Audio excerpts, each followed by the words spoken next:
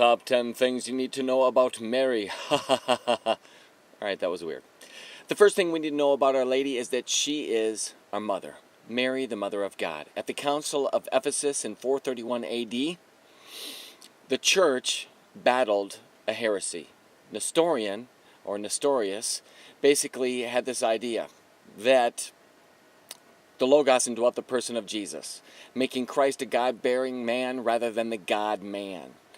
The problem with this is that Jesus is one person, fully God and fully man. Mary did not give birth to just a human nature, like a foot. She gave birth to one person. A mom doesn't give birth to a baby foot, right? A mom gives birth to a baby who has a foot. And the reality is that Mary will always protect for all time the fact that Jesus is fully God and fully man. Because of that, right? Because of that fact that Mary gave birth to the person, Jesus Christ, who has two natures, divine and human, it was fitting and right and good to call her the Mother of God. Theotokos. The second thing we need to know about Our Lady is that she is ever virgin. The church says that Mary is a virgin before, during, and after the birth of Jesus. That is hardcore. The interesting thing about this is that the saints basically likened the birth of Christ to light going through a glass. That's kind of beautiful. The third thing we need to know about Our Lady that is not up for grabs, it's a dogma of the church, is that Mary is immaculately conceived. That means that she is born without original sin, and also that she's conceived without original sin. This is pretty exciting stuff. This means that she is without original sin, which is a deprivation of grace. Because of the sin of Adam and Eve in the Garden of Gethsemane, we all lacked grace. But Mary, who's full of grace, did not lack grace in one moment, one instant from her conception on. The fourth thing we need to know about Our Lady is that she is assumed body and soul into heaven. The Assumption of Our Lady, 1950, was dogmatically declared as, in fact, true and valid and good. Keep in mind, when the church says that a dogma is now in place, right, the doctrine has come to the fullness of what it's meant to be, it's not a new teaching, not something to freak out the Protestant people.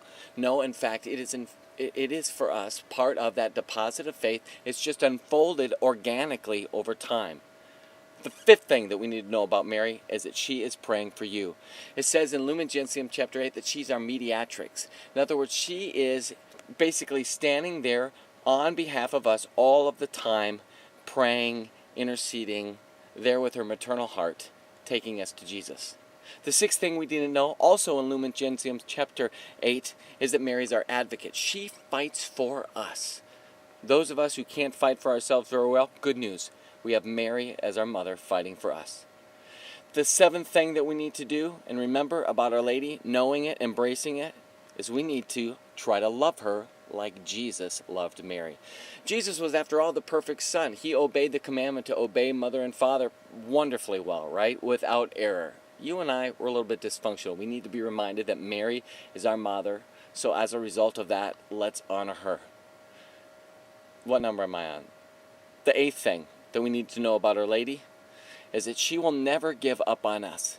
Just as she was with Christ from that very moment of his birth to the very end with his crucifixion, and then to the beginning of this new journey there at the resurrection, the birth of the church, right, that took place and started at Calvary but continued at Pentecost. All of it Mary is present for. So in our life too, she's present with all of the special moments, all of the journeys that we go through. She's there cheering us on, calling us to be the saints that we're meant to be. The ninth thing about Mary that we need to remember is that she is, without a doubt, more interested in your sanctity than you are.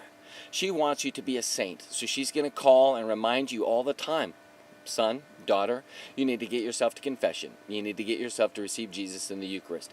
Mary will always bring us back to her son. Remember the Cana experience? They needed wine, and what happened? Mary brought them to her son. Said, do whatever he says. The same way for us to do the things that we're called to do, we need to constantly in the presence of Christ, receiving from Christ, and Mary brings us to her son. She did that, right? All the time. Think about the joyful mysteries. Mary there, right, brought Jesus to Elizabeth, right? She brought Jesus to the shepherds and to the magi.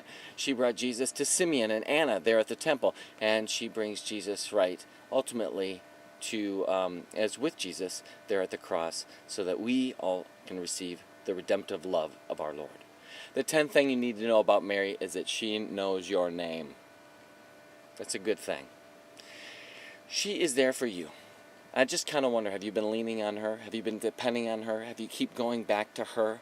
She wants you to know her son. She's going to give you insights that you never could have gotten on your own. She held Jesus as a baby. He looked like her, talked like her, acted like her. She was, in fact, the only human element that he had.